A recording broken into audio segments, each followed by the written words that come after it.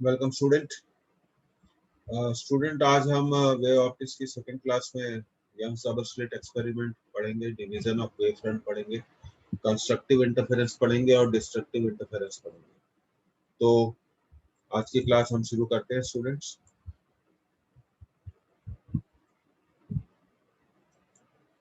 अब देखिए, सबसे पहले हम इंटरफेरेंस ऑफ लाइट को डिफाइन करना चाहेंगे। Actually interference of light is nothing but redistribution of energy है। It completely follows the law of conservation of energy. यहाँ लिखा है when two light waves of same frequency, पहली condition, with constant phase difference, frequency भी same होना चाहिए, उनके बीच में कांस्टेंट फेज डिफरेंस होना चाहिए। I want to say that they should be coherent, they should be coherent, उन्हें कोहेरेंट होना चाहिए, उनकी फ्रीक्वेंसी सेम होना चाहिए। या तो हम कह सकते हैं either we can say that frequency is same और wavelength is same. Superimpose over each other, अगर ऐसी दो लाइट वेव्स एक दूसरे पर सुपर इम्पोज होती हैं, then the resultant amplitude or intensity, ये बहुत इंपॉर्टेंट पॉइंट है, then the resultant amplitude or intensity in the region of superimposition, कहाँ पर, जहाँ पे वो सुपर इम्पोज करती है, is different from the amplitude or intensity of individual waves।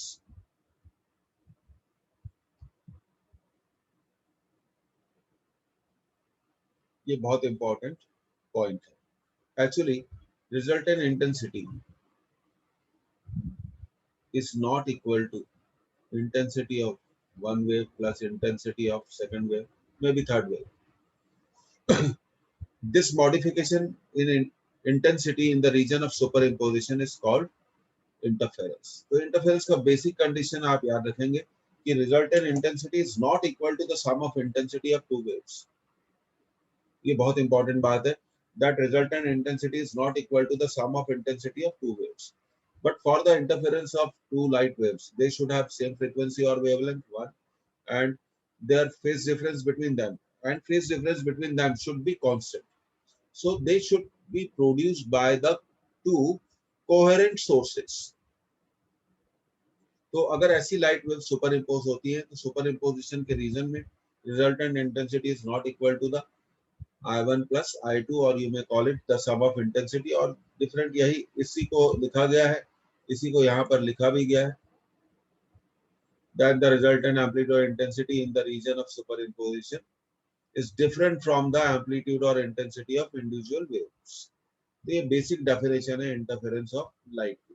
और जैसा मैंने आपको बिगनिंग में बताया, the interference of light is nothing but redistribution of total energy.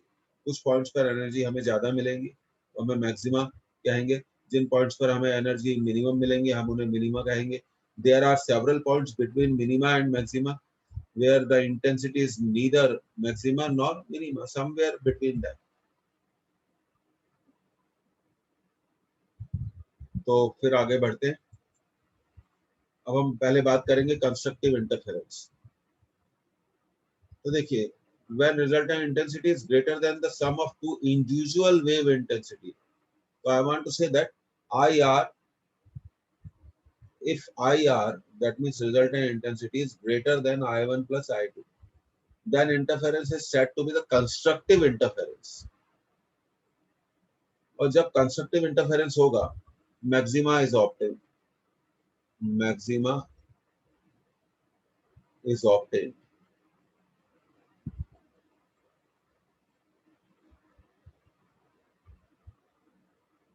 and maximum intensity is root of I1, जो हमने पिछली क्लास में डिस्कस किया था, root of I2 whole square। If I1 equal to I2, then maximum intensity is either 4I1 और 4I2। ये बहुत important point है, आप इसे जरूर नोट करें।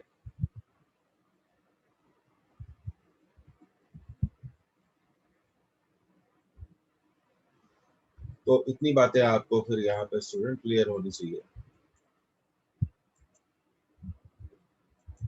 इन वन वर्ड हम इसको डिफाइन कर सकते हैं, IR is greater than, whenever IR is greater than I1 plus I2, the interference is said to be constructive। and I want to tell you the maxima is obtained, and maximum intensity is nothing but root of I1 plus root of I2, root of I2 whole square. And always remember, if I1 equal to I2, if I1 equal to I2, then what we will have? Then we will have that maximum intensity is either 4 times of intensity of first wave. ये जो 4 वाला letter आ रहा है ना, इसको हमेशा आपको क्या करना है, याद रखना है. So better we can write it over here that IR is greater than I1 plus I2. Okay. Now destructive interference. इसकी definition भी बहुत clear है. When the resultant intensity is less than the sum of, when the resultant intensity is less than the sum of two individual wave intensities, IR is less than I1 plus I2, then the interference is said to be destructive. Minima is obtained. Minima is obtained. यहाँ पे intensity minimum होगी और इसको explain किया जाता है कि minima मिलेगा, डार्क बैंड मिलेगा, तो सवाल ये उठता है ये एनर्जी कहाँ चली गई, ये मैक्सिमम में शिफ्ट हो गई. जब मिनिमा वाले पॉइंट की एनर्जी मैक्सिमम वाले पॉइंट में शिफ्ट हो जाएगी तो उस वहाँ इंटेंसिटी बढ़ जाएगी और यहाँ इंटेंसिटी कम हो जाएगी. और हमेशा आपको याद रखना चाहिए I minimum is equal to root of I1 minus root of I2 whole square. And one more thing, if I1 is equal to I2, then minimum intensity is nothing but 0. इसलिए मैंने आपको शुरुआत में जो इंटरफेरेंस की definition बताई थी वो बड़ी इंपॉर्टेंट डेफिनेशन थी, दैट जब भी इंटरफेरेंस होगा, whenever the interference will take place, whenever the interference will take place, IR is not equal to I1 plus I2. That is called interference. इसी को इंटरफेरेंस कहते हैं जब resultant intensity is not equal to the sum of intensity of two waves. There is no violation of the law of conservation of energy in the interference. ये हमेशा याद रखना चाहिए. Conservation of energy is followed. In other words, we can say that conservation of energy is followed in the interference. तो यही लिखा है जो मैंने आपको पिछली अभी एक्सप्लेन किया था 2 मिनट पहले. The energy from the points of minimum energy is shifted to the points of maximum energy. तो मिनिमम पॉइंट वाली जो एनर्जी है वो मैक्सिमम पॉइंट वाले एनर्जी वाले पॉइंट में शिफ्ट हो जाती है. तो it is called a redistribution of energy, nothing else. So in one word you can define interference is the redistribution of, in interference the redistribution of energy takes place. Condition for sustained. अब ये जो word है sustained, इसका मतलब है बहुत simple है. Sustain का मतलब है स्टेबल. सस्टेन का क्या मीनिंग है? Stable interference. स्टेबल इंटरफेरेंस के लिए कंडीशंस क्या है? To obtain the stationary interference, to obtain the stationary interference, आप स्क्रीनशॉट ले सकते हैं. स्क्रीनशॉट ले लीजिए.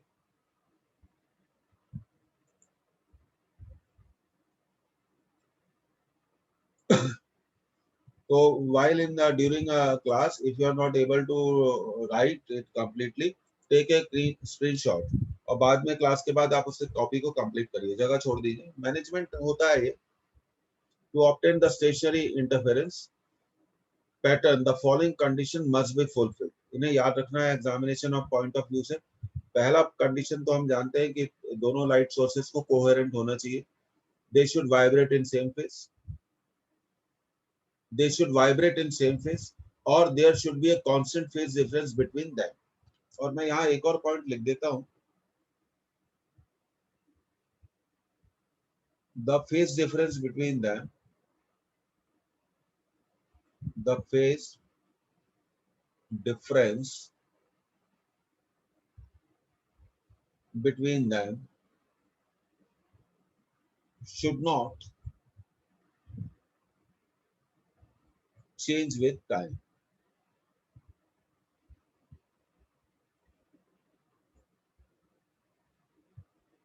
तो कोहेरेंट का मतलब, तो सबसे पहली कंडीशन तो ये होती है that the two sources the two sources should be coherent. अब इसको दो वे में बोल सकते हैं, the either the phase difference between them is zero or the phase difference between them is constant. I want to say that the phase difference between them should not change with time. Time के साथ नहीं बदलना चाहिए. दूसरी condition B, the two sources must emit continuous wave of same wavelength or frequency. ये important condition है. पहली दो कंडीशन बहुत प्रोमिनेंट है और इंपॉर्टेंट है. पहली कंडीशन है कोहेरेंट होने चाहिए सोर्सेस को. दूसरी कंडीशन कहती है the two sources should have the same frequency और वेवलेंथ. अब तीसरी कंडीशन पे आते हैं, the separation between the two coherent sources should be small. इसे याद रखिए, जब इंटरफेरेंस में हम दो कोहेरेंट सोर्सेस को यूज करते हैं तो उनके बीच में डिस्टेंस को क्या होना चाहिए, एज स्मॉल एज पॉसिबल, अगर हमें स्टेबल सस्टेन इंटरफेरेंस चाहिए तो. चौथी condition, the distance of screen, ये भी इंपॉर्टेंट है, the distance of the screen from the two sources should be large. तो मैं यहाँ थोड़ा लिख देता हूँ, डी, उसे हम बोलते हैं D. D should be large. और डिस्टेंस बिटवीन सोर्सेस को हम बोलते हैं स्मॉल डी. ये क्या होना चाहिए, स्मॉल होना चाहिए. तो अब चार कंडीशन आप ओरली प्रिपेयर कर सकते हैं. पहली कोहेरेंट सोर्सेस होना चाहिए, दूसरा वेवलेंथ सेम होना चाहिए, तीसरा स्मॉल डी स्मॉल होना चाहिए, distance between two sources should be small, और स्क्रीन की डिस्टेंस क्या होनी चाहिए, लार्ज होनी चाहिए. स्क्रीन की डिस्टेंस क्या होनी चाहिए, स्क्रीन की डिस्टेंस क्या होनी चाहिए, लार्ज होनी चाहिए. For good contrast between maxima and minima. ये देखिए बहुत इंपॉर्टेंट है, हम टीवी में भी वर्ड कॉन्ट्रास्ट यूज करते हैं. मैक्सिमा और मिनिमा में जो कॉन्ट्रास्ट है, अच्छे कॉन्ट्रास्ट के लिए the amplitude of two interfering waves should be as nearly equal as possible, and the background should be dark. तो पांचवी कंडीशन को हम ये बोल सकते हैं, amplitude of two waves should be nearly equal.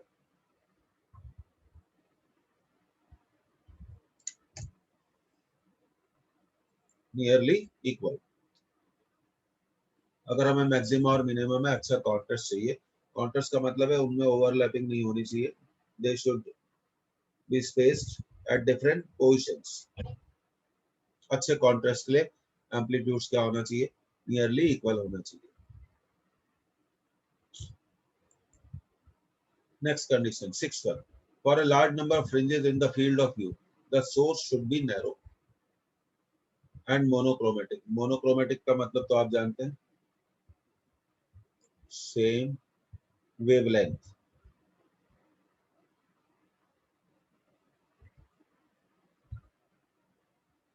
Field of view जिसमें हम फ्रिंजेस को देखते हैं, व्हाइट फ्रिंजेस और डार्क फ्रिंजेस को हम देखते हैं, उसी को हम क्या बोलेंगे,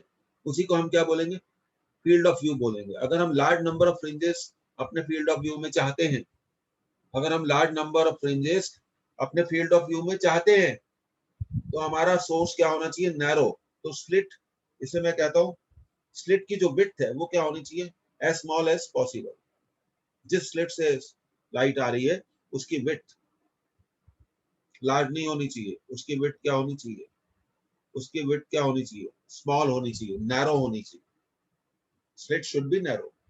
तो हम इसको ये भी बोल सकते हैं, स्लिट शुड बी नैरो. ठीक है. छोटे छोटे पॉइंट्स हैं, इन्हीं पर क्वेश्चंस बनते हैं.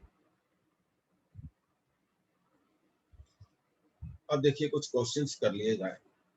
To beams of light having intensity I and 4i. यहाँ दो बीम्स हैं लाइट की, पहली बीम की इंटेंसिटी है आई, दूसरी बीम की इंटेंसिटी है 4i. Interfere to produce a fringe pattern on screen. The phase difference between the beam is pi by 2 at A and 2 pi at B. तो यहाँ पे स्क्रीन पर दो पॉइंट्स दिए गए हैं, एक पॉइंट ए दिया गया है और एक पॉइंट बी दिया गया है. तो हमसे ये कहा गया है find the out the difference of resultant intensity at A and B. तो सबसे पहले हम रिजल्टेंट इंटेंसिटी ए पे निकालेंगे। कैसे निकालेंगे?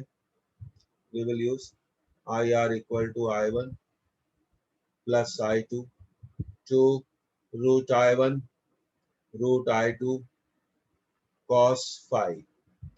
अब देखिए I1 is given I2 is given 4I, phi is given pi by 2, pi by 2 means 90 degree. तो चलिए रिजल्टेंट इंटेंसिटी एट ए निकाल लेते हैं। I प्लस 4I प्लस, ये तो जीरो हो गया क्योंकि cos 90 क्या हो गया, जीरो होता है, तो ये आ गया 5I। अब हमें रिजल्टेंट इंटेंसिटी निकालनी है बी पर।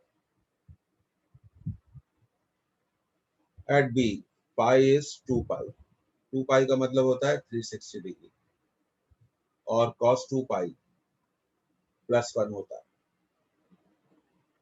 तो resultant intensity at B will be I plus 4I plus 2 root I root 4I cos 2 pi. तो IR at B will be 5I, और ये हो जाएगा 4I, cos 2 पाई होता है 1। तो resultant intensity at B will be 9I। और हमसे क्या कहा गया है? Find the difference. ठीक है, निकाल लेते हैं। डिफरेंस होगा IRB। Okay, let us change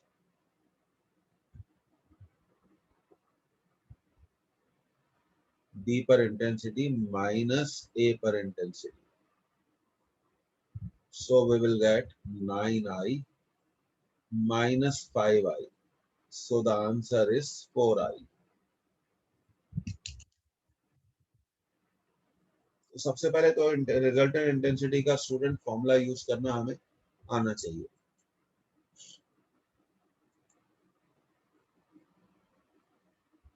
बहुत अच्छा क्वेश्चन है।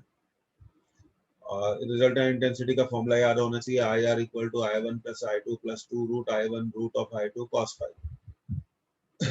देखिए आप एक बात याद रखिए जो मैं सब लोगों को बताना चाहता हूँ, cos 0 की वैल्यू प्लस 1, cos 2 पाई की वैल्यू प्लस 1, cos 4 पाई की वैल्यू प्लस 1, cos 6 पाई की वैल्यू प्लस 1, cos 8 पाई की वैल्यू प्लस 1, cos 10 पाई की value plus 1 and so on.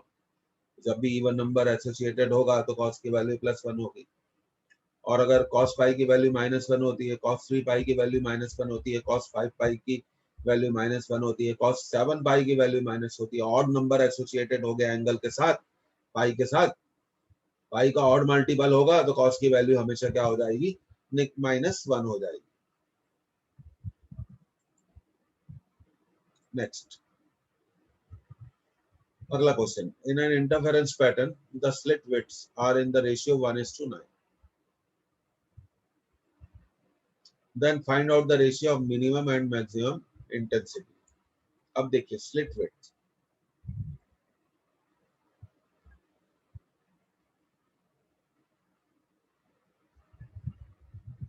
ratio of slit width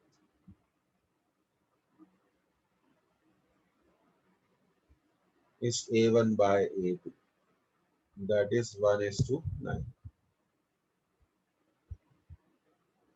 ये तो पहली चीज होगी। और फिर हम जानते हैं I maximum upon I minimum, R plus 1, this is called R, ratio of amplitude, R plus 1 upon R minus 1 whole square। ये हो जाएगा 1/9 plus 1 अपॉन 1/9 माइनस 1 का होल स्क्वायर। ये हो जाएगा 10/9 का स्क्वायर, और ये हो जाएगा 8/9 का होल स्क्वायर। तो ये हो जाएगा 10/8 का होल स्क्वायर, 4 से कैंसिल कर दीजिए 5, तो ये आएगा 25:16। पर हमें पूछा गया है रेशियो ऑफ मिनिमम, इसलिए minimum frequency to the maximum frequency will be uh what ratio, 16:25। That will be the answer of this question. तो अब एक याद रखने वाला पॉइंट तो आ गया है यहाँ पर बनता है।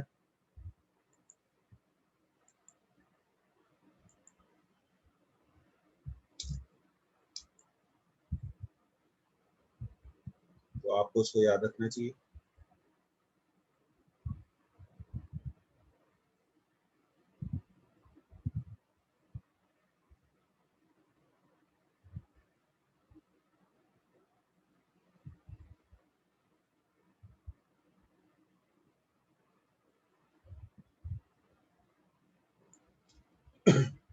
ओके स्टूडेंट, अब आगे बढ़ते हैं। ऐसे क्वेश्चंस की प्रैक्टिस करिए, ये बड़े इंपॉर्टेंट क्वेश्चन होते हैं। अब देखिए यंग्स डबल स्लिट एक्सपेरिमेंट। सबसे पहले तो आप एक्सपेरिमेंटल सेटअप को ध्यान से देखिए। ये देखिए, ये सोडियम लैंप है। तो यहाँ जो सोर्स हमने यूज किया है, सोडियम लैंप यूज किया है।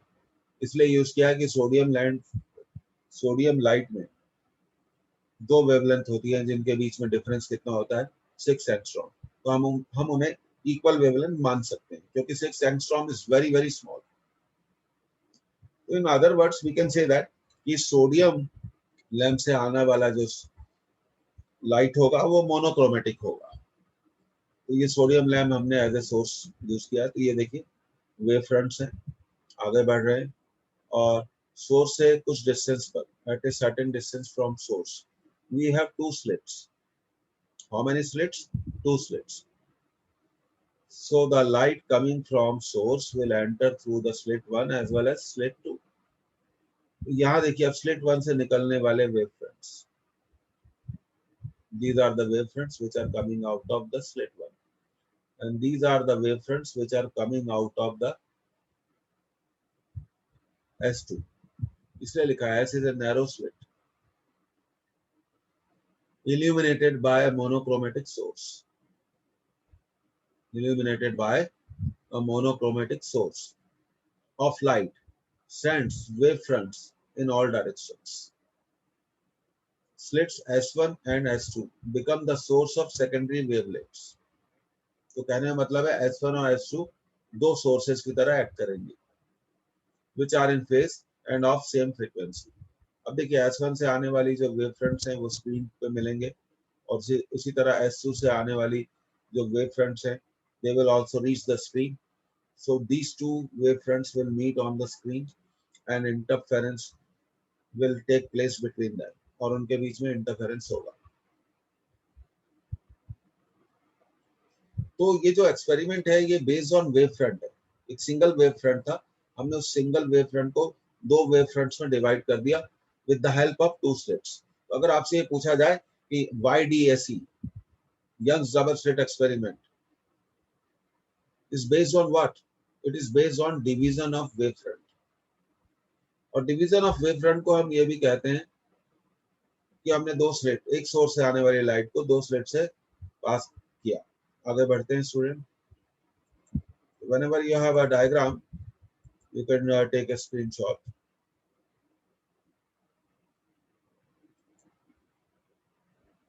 These waves are superimposed on each other, which gives rise to interference. Alternate dark and bright bands are obtained on a screen. जो स्क्रीन है, स्क्रीन पर इंटरफेरेंस होगा वेव्स के बीच में, बिटवीन द वेव्स, और maxima और मिनिमा फॉर्म होंगे। तो मैक्सिमा जब बनेगा तो हम बोलेंगे ब्राइट बैंड बन रहा है, क्योंकि मैक्सिमा में इंटेंसिटी ज्यादा होती है। और जब मिनिमा बनेगा तो डार्क बैंड मिलेगा हमें। डार्क बैंड का मतलब होता है ब्लैक, जहाँ इंटेंसिटी मिनिमम होती है। और हम इन दोनों सोर्सेस को ऐसे एडजस्ट करते हैं, दोनों सोर्सेस की स्लिट विड्थ का जो रेशियो होता है वो सेम होता है। दोनों स्लिट्स का विड्थ सेम रखा जाता है। वो इसलिए रखा जाता है कि दोनों स्लिट से आने वाली लाइट की इंटेंसिटी सेम हो। अगर फर्स्ट स्लिट से हाई इंटेंसिटी की लाइट बाहर आती है तो सेकंड स्लिट से भी हाई इंटेंसिटी की वेव बाहर आएगी। अब सेंट्रल फ्रिंज के बारे में बोला, क्योंकि स्क्रीन का जो सेंटर है, जो स्क्रीन का सेंटर है वो देखिए आप, यहाँ एक सेंटर के बारे में एक ऑब्जर्वेशन है जो मालूम होना चाहिए। The centre is at equal distance from both S1 and S2. तो जब सेंटर पे वेव्स मिलेंगी, when the waves will meet at the centre of the screen, तो उनके बीच में फेज डिफरेंस क्या होगा? उनके बीच में फेज डिफरेंस क्या होगा? जीरो होगा। यही लिखा है, central fringe is always bright, remember due to path length S1 and S2 O to center of screen are equal and it's called central maxima. It's called central maximum. इसको एक और चीज कही जाती है जो मैं आपको लिख देता हूँ. It is also called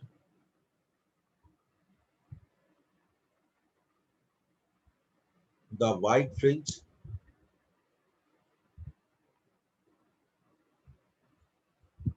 of zero order.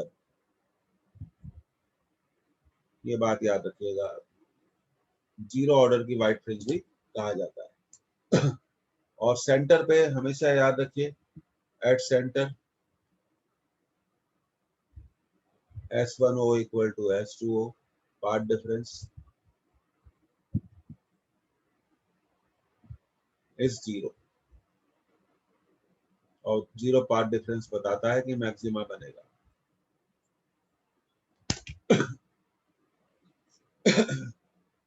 तो सेंटर पे बनने वाली फ्रिंज हमेशा क्या होगी? व्हाइट होगी. उसे सेंट्रल फ्रिंज कहा जाएगा. That is known as central fringe. It is also known as the white fringe of zero order. It is also known as the white fringe of zero order. ये देखिए,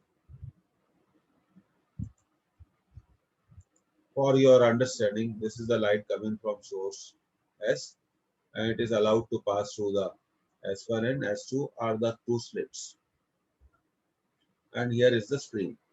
तो screen पर ये देखिए, ये जो सेंट्रल बैंड बताया गया white and dark fringes are form. For your understanding, बस इसमें एक चीज आप याद रखिए, जो डी होता है, कैपिटल डी होगा distance between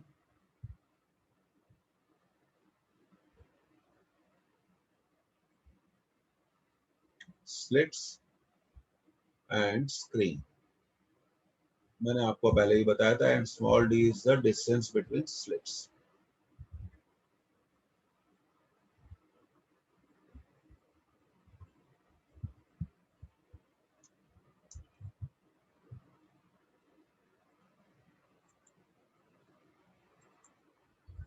this is for your understanding.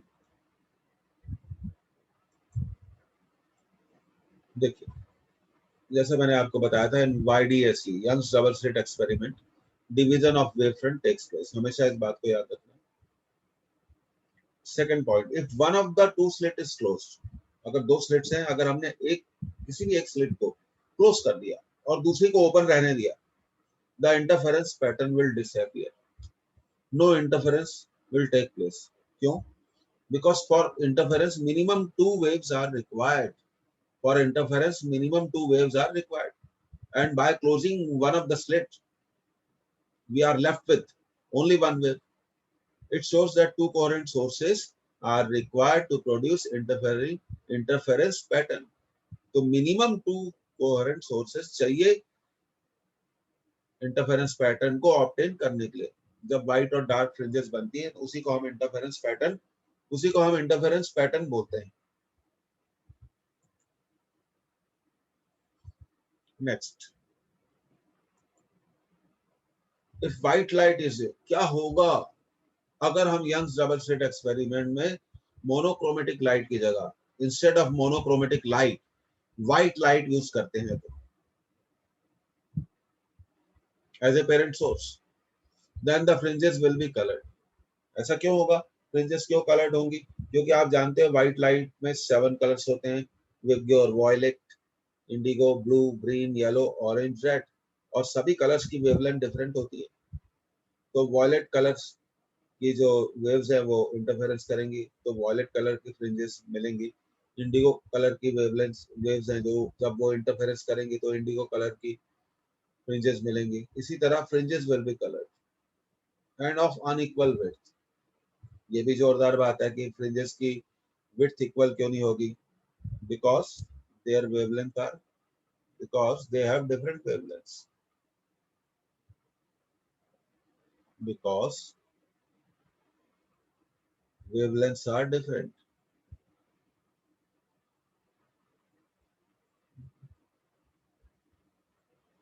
Central fringe will be white. इसमें कोई चेंज नहीं होगा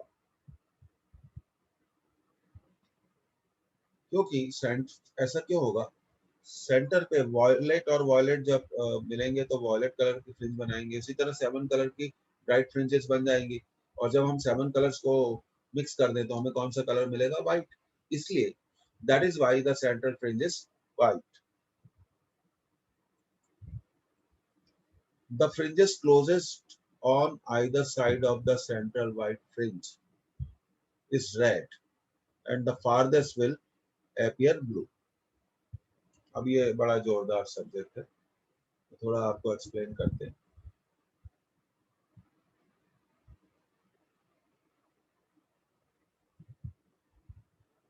अब ये देखिए, ये सेंट्रल व्हाइट फ्रिंज बन गई और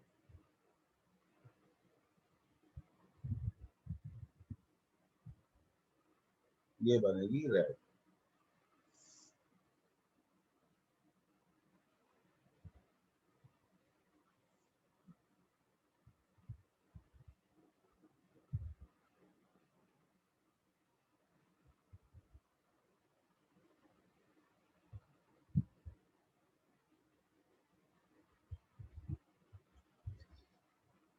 तो आप इस बात को जरूर याद रखिए।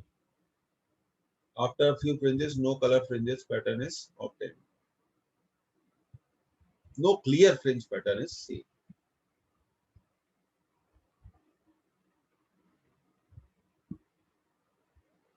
ये बात आपको याद रखनी चाहिए, इसे आप नोट कर लीजिए, ये बहुत इंपॉर्टेंट है।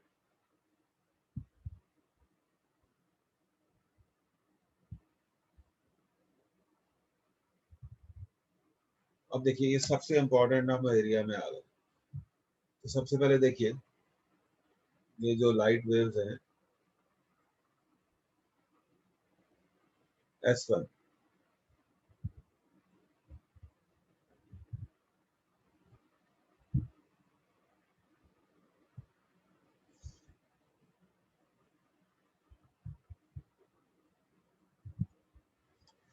अब पार्ट डिफरेंस का कंसेप्ट क्या है।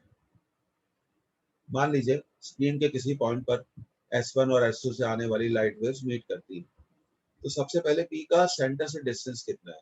ये जो yn लिखा हुआ है, इस yn को हम डिफाइन कर रहे हैं, distance of P from the centre. ये डायग्राम आपको याद रखना है, ये आपके बहुत सारे क्वेश्चन सॉल्व करेगा। तो पार्ट डिफरेंस क्या होगा, S1 से हम P पर परपेंडिकुलर ड्रॉ कर देते हैं। देखिए, तो ये आपका जो पार्ट डिफरेंस है, इतना पोर्शन आपका पार्ट डिफरेंस होगा। मान लीजिए ये m है, कितना है, m है, तो पार्ट डिफरेंस होगा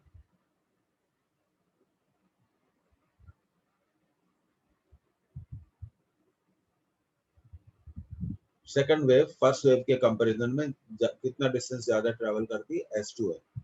तो पार्ट डिफरेंस को हम लिखते हैं S2m equal to S2p minus S1p। और पार्ट डिफरेंस हमेशा आप याद रखिए कितना होगा, d sine theta, d sine theta. और ये डायग्राम याद रखिए। अब देखिए, आपको थोड़ा एक्सप्लेन करते हैं, ये बहुत इंपॉर्टेंट है। ये देखिए, इस ट्रायंगल को देखिए आप, ये ट्रायंगल दिख रहा है आपको, ये वाला, ये जो ब्लू कलर से ड्रॉ हुआ है, इस ट्रायंगल में साइन थीटा क्या होगा, परपेंडिकुलर अपॉन हाइपोटेनस। यार ये सब याद रखने की हमें जरूरत नहीं है, बस हमें तो इतना याद रखना है कि भाई साइन थीटा क्या होगा, yn by D, yn by D. तो आप सिर्फ एक बात याद रखिए, S2p minus S1p equal to d by d into yn, d by d into yn। बस यही फॉर्मूला हमारा काफी है, हम इससे काफी चीजें रिजॉल्व कर लेंगे। We don't need to derive और आप चाहे तो ये भी लिख सकते हैं कि path difference is equal to D sine theta. अब यहाँ दो बातें होंगी कि अगर मैक्सिमा बनेगा तो पार्ट डिफरेंस देखना है कि मैक्सिमा के केस में, मैक्सिमा मतलब वाइट फ्रिंज मिलेगी, और मिनिमा के केसेस में पार्ट डिफरेंस कितना होगा, ये सब चीजें हमें ऑब्जर्व करनी है।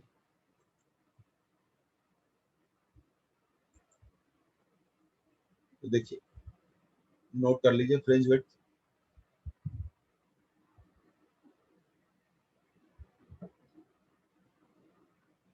अच्छा थोड़ा हमें इसमें आपको और चीजें समझानी पड़ेंगी। देखिए let me explain you.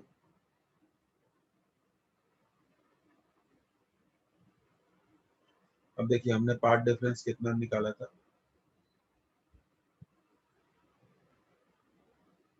D by D Y N,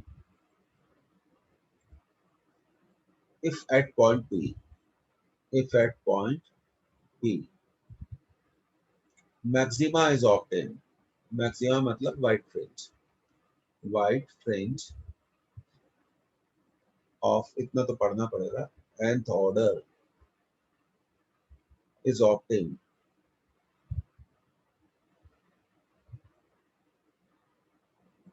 then part difference should be n lambda, therefore n lambda equal to d by d, ये कैपिटल D होना चाहिए, ये थोड़ा गलत है, देखिए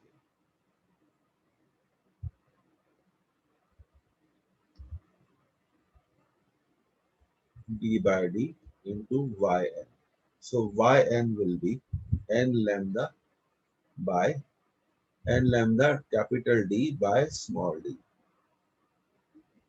तो yn क्या है, yn is the distance, ये फॉर्मूला थोड़ा डिस्कस करना पड़ेगा, distance of nth order white fringe, nth order white fringe from the centre, nth order white fringe from the centre. अब आपसे पूछा जाए, थोड़ा इस फॉर्मूले को डिस्कस करते हैं, अगर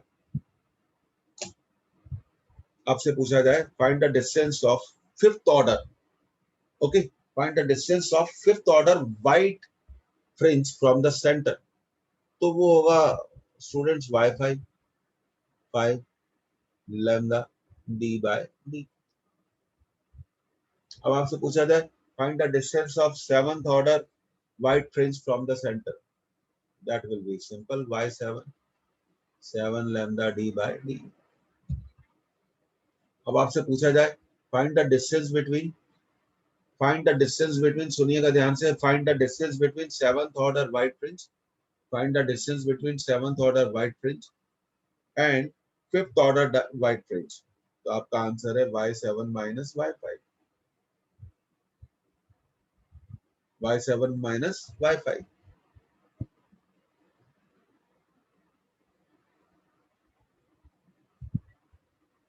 अब जैसे क्वेश्चन पूछा जाए फाइंड द डिस्टेंस बिटवीन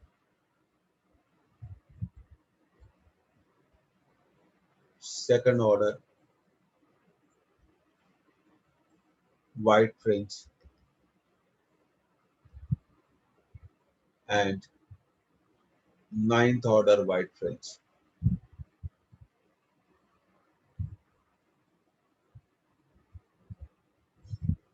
तो हमारा आंसर है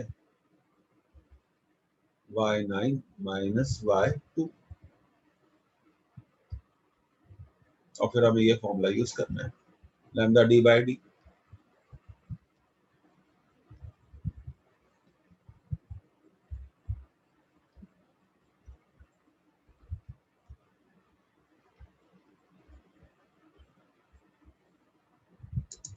इस तरह से आप बहुत सारी चीजों को मैनेज कर सकते हैं।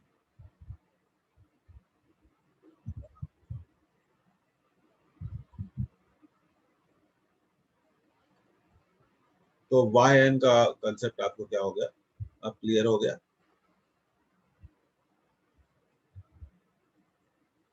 फॉर्मूला बहुत जरूरी है, ऊपर कैपिटल डी आता है, तो ये आपको याद रखना जरूरी है, N lambda capital D upon small D.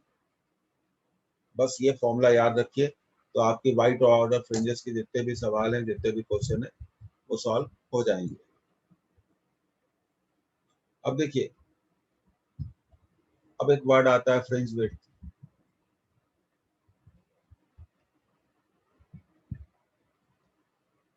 तो डेफिनेशन बहुत सिंपल है, it is the distance between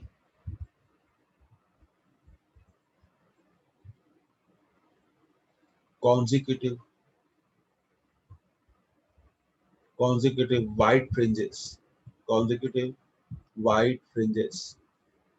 तो फ्रिंज विड्थ को बोलते हैं बीटा, y2 माइनस y1 या y3 माइनस y2 या y4 माइनस y3 या y5 minus y4 and so on. तो इसको ऐसा भी बोल सकते हैं yn+1 minus yn+1 lambda d by d minus n lambda d by d, lambda d by d common, तो यहाँ बचेगा n+1, यहाँ बचेगा n, कैंसिल हो गया, तो आंसर आ गया lambda d by d।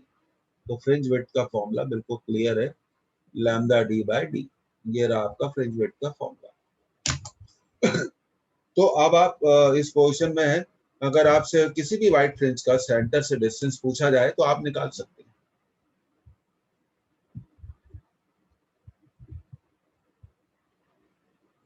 किसी भी व्हाइट फ्रिंज का सेंटर से डिस्टेंस पूछा जाए तो आप निकाल सकते हैं कि नहीं निकाल सकते।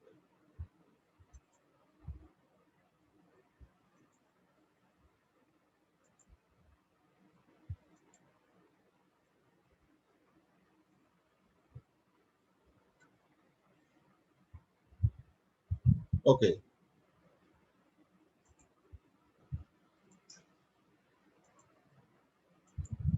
अब जैसे इफ एट पॉइंट पी,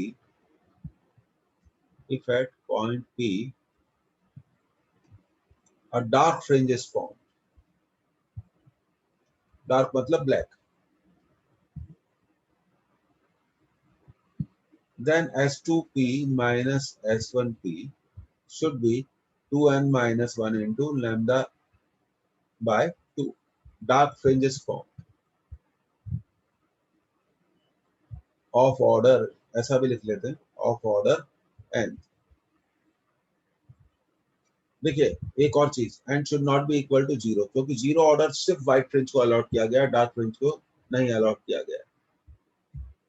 तो पार्ट डिफरेंस उस समय कितना होगा अगर nth ऑर्डर की डार्क फ्रिंज बनेगी।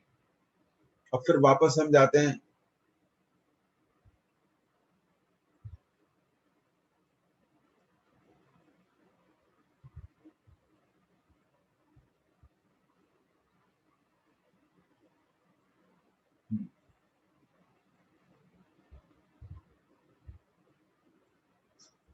अब देखिए, तो ये बात आपको याद रखनी चाहिए। और पार्ट डिफरेंस को आप क्या लिख सकते हैं, पार्ट डिफरेंस को आप लिख सकते हैं D Y N upon D equal to 2n minus 1 into lambda by 2। तो distance of nth order dark fringe from the center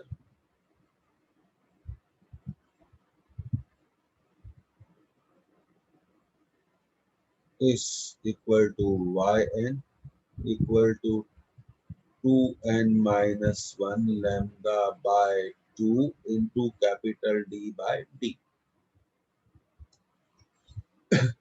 अब स्टूडेंट ये फॉर्मूला तो आपको याद रखना चाहिए, ये बहुत इंपॉर्टेंट है। अब इस फॉर्मूले की मदद से हम किसी भी ऑर्डर की डार्क फ्रिंज का डिस्टेंस क्या कर सकते हैं, कैलकुलेट कर सकते हैं।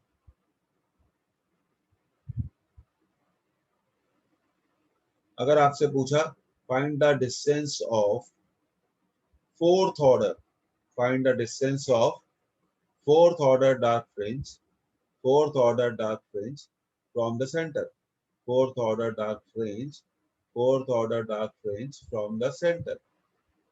Fourth order dark fringe from the centre. तो आपको कुछ भी नहीं करना है, आपको कुछ भी नहीं करना है। आपको यहाँ पर n की वैल्यू क्या रखनी है, n की वैल्यू क्या रखनी है, 4 रखनी है। n की वैल्यू कितनी रखनी है आपको, 4 रखनी है। अब आपसे पूछा गया find the distance of 11th order dark fringe, 11th order dark fringe from the centre. Centre से 11th ऑर्डर डार्क फ्रिंज की डिस्टेंस बताइए। कुछ नहीं करना है इस फॉर्मूले में आपको, इस फॉर्मूले में आपको nth ऑर्डर क्या पूछा आपको 11, तो n को क्या रखना है, 11 रखना है। तो ये फॉर्मूला हमारा बन गया, व्हाइट फ्रिंज का भी बन गया था। अब हम किसी भी व्हाइट फ्रिंज और डार्क फ्रिंज का सेंटर से डिस्टेंस क्या कर सकते हैं, कैलकुलेट कर सकते हैं।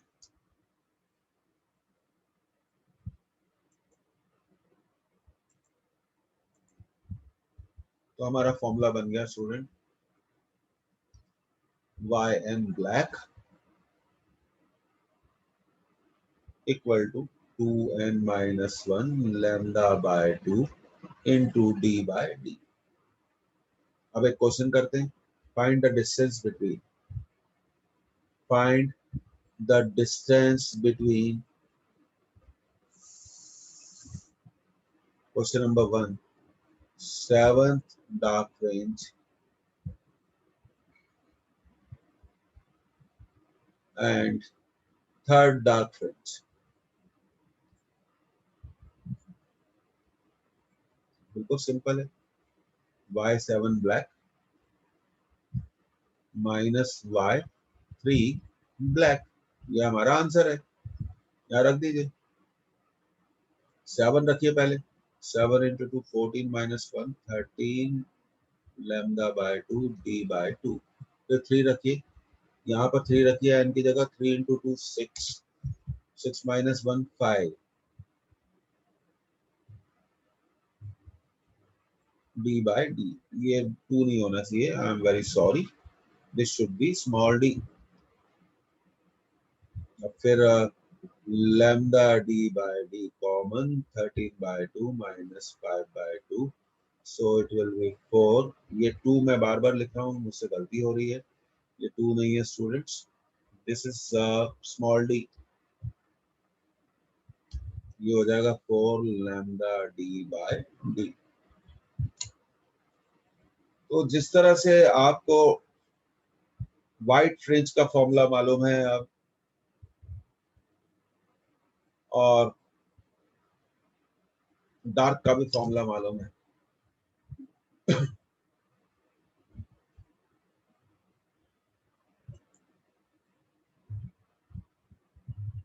ये सब चीजें हमें बहुत हेल्प करेंगी। अब देखिए,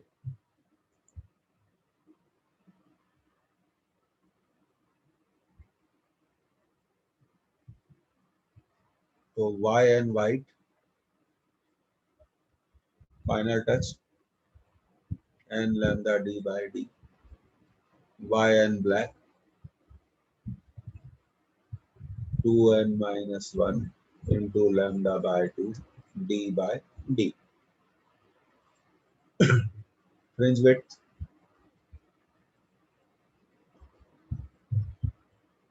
that is beta lambda d by d।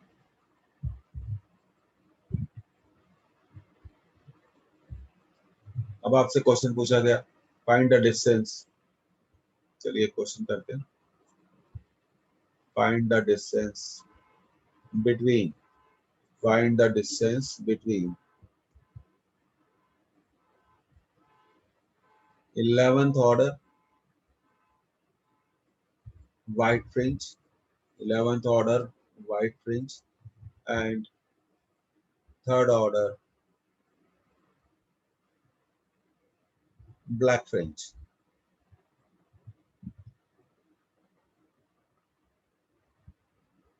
तो बिल्कुल सिंपल है, y11 white minus y3 black।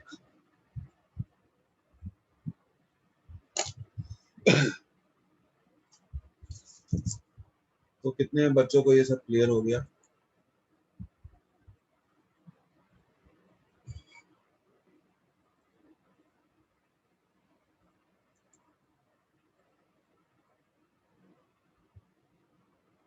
तो बस ये फॉर्मूला आपको याद रखना है। ये लिख लिया जो मैंने आपको करके बताया। ठीक है, अब इसको रब कर रहे हैं।